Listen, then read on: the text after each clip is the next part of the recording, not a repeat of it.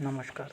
आज आपण liquidation of कंपनीचं निस्तारण हा भाग पाहणार आहोत. या भागामध्ये आपण meaning of liquidation, process of liquidation, proforma of liquidators इत्यादी पाहणार आहोत. तर meaning of liquidation a company is an artificial person. It is created by law and therefore law alone can dissolve it. कंपनीला आपण एक कृत्रिम व्यक्ती म्हणून मान्यता कायद्याने दिलेली आहे आणि कायदा त्याला डिझॉल्व पण करू शकतो. On dissolution the company name shall be struck off by the registrar from the register of companies and he shall also get the fact published in the official gazette. कंपनीचं निस्तारण करत असताना, कंपनी बंद करत असताना एका रजिस्ट्रारची नियुक्ती केली जाते आणि रजिस्ट्रारची नियुक्ती केल्यानंतर रजिस्ट्रार ऑफिशियल गॅझेटमध्ये त्या कंपनी बंद करण्यामागचं कारण त्याला द्यावं लागते. Liquidation or winding up of company is process by which dissolution of company is brought about and its property administrated for the benefit of its creditors and members. आता company बंद करत असताना कंपनी बंद करण्याच्या प्रोसेसमध्ये कंपनीची जी मालमत्ता असते ती सर्व मालमत्ता कंपनीच्या निस्तारक हा ताब्यात घेतो आणि ती सर्व मालमत्ता विकून धनकोचं आणि ऋणकोकडून पैसे वसूल करतो आणि धनकोंना पैसे देतो आणि उरलेला कंपनीचा जो नफा असतो तो नफा हा त्या कंपनीच्या शेअर होल्डर्सना दिला जातो.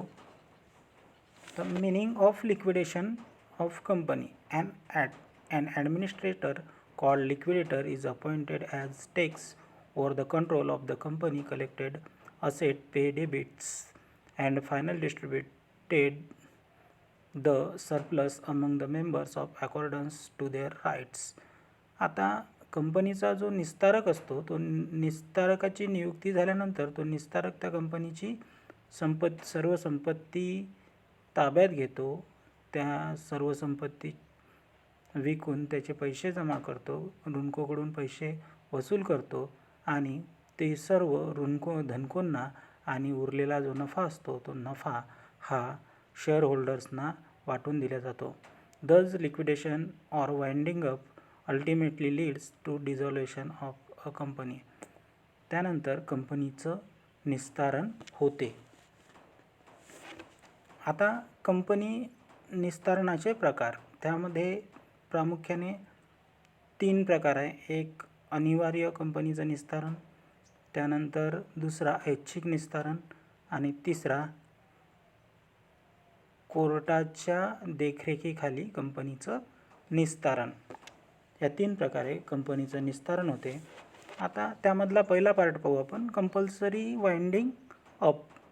आता कंपल्सरी कंपनी बंद करत असताना त्यामध्ये प्रमुख काही बाबी आहेत. Winding up of company by under the court is non as compulsory winding up. जेव्हा कोर्टाचा आदेश असतो त्यावेळात कंपनी ही कंपल्सरी बंद करावी लागतो.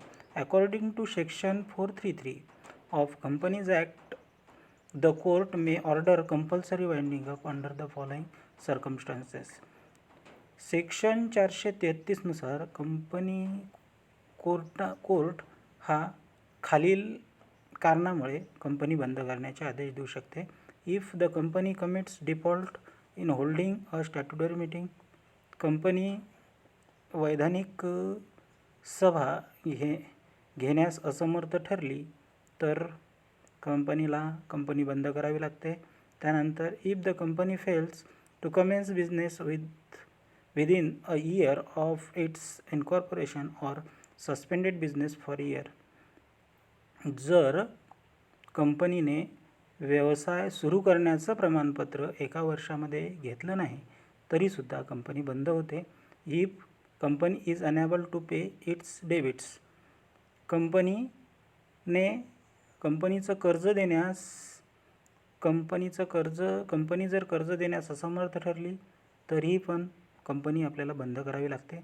If courts is of the opinion that is just equitable that company should be winding up, कोर्टाचा जर निर्णय असेल तर कंपनी बंद करावी लागेल. त्यानंतर liquidators final statement of account. आता लिक्विडेटर्स कंपनी बंद करण्याची प्रक्रिया पूर्ण केल्यानंतर लिक्विडेटर्सला एक प्रोफार्मा तयार करावा लागतो. त्याला आपण लिक्विडेटर्स फायनल स्टेटमेंट असं म्हटलं जाते.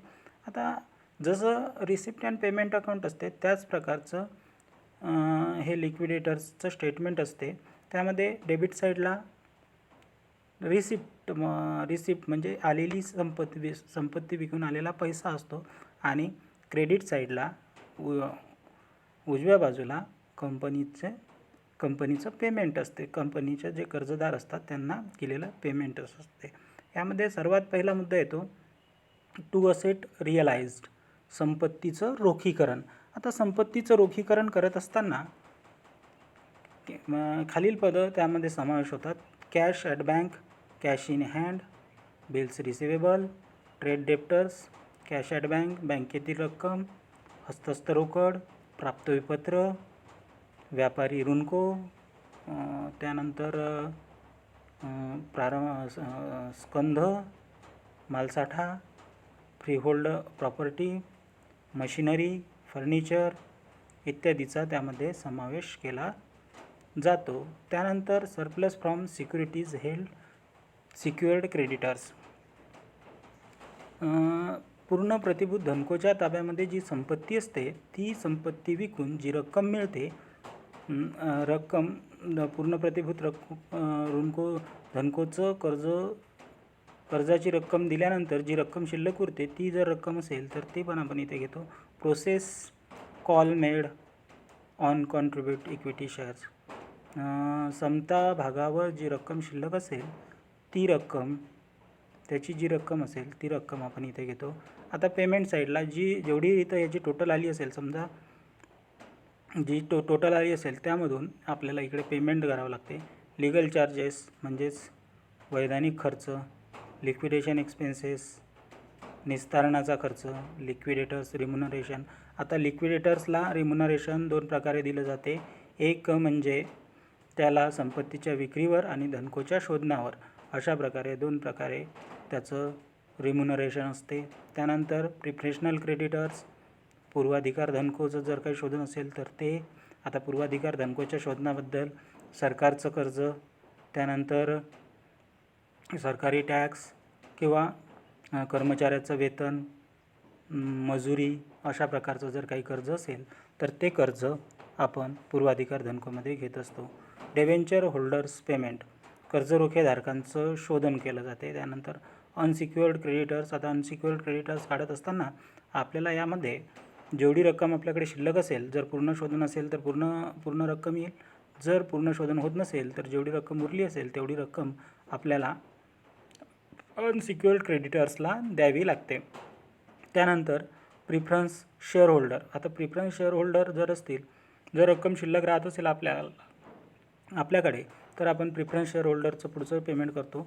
त्यानंतर इक्विटी शेअर होल्डरला जेवढी काही रक्कम शिल्लक राहिली असेल तेवढी सर्व रक्कम आपण इक्विटी शेअर होल्डर्सला देत असतो. अशा प्रकारचा हा लिक्विडेटर्सचा final statement of accounts proforma आहे. हा प्रोफार्मामध्ये सर्व संपत्ती आणि देयता याचं समायोजन केलं जाते.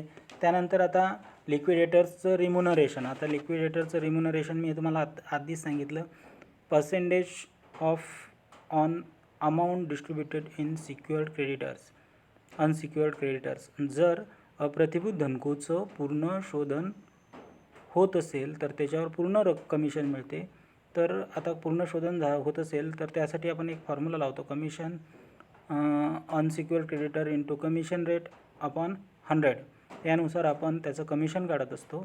त्यानंतर जर धनकोचं पूर्ण प्रतिभूत धनकोचं शोधन होत नसेल तर निस्तारकाकडे शिल्लक रक्कम गुणेला कमिशनचा रेट भागीला 100 अधिक कमिशनचा रेट या प्रकारे आपण त्याचं रिम्युनरेशन देत असतो.